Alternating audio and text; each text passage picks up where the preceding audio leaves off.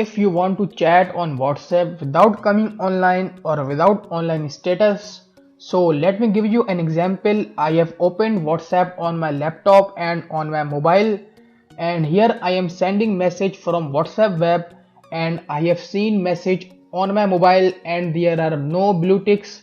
Gray ticks are showing, and here at the top there is no online status. It is showing my last seen.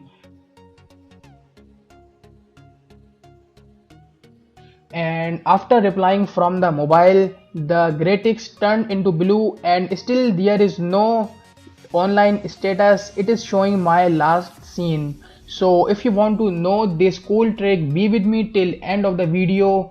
And if you want cool tricks like this and so many awesome videos regularly, so subscribe my channel and press the bell icon so you never miss any video. And guys, let's get started.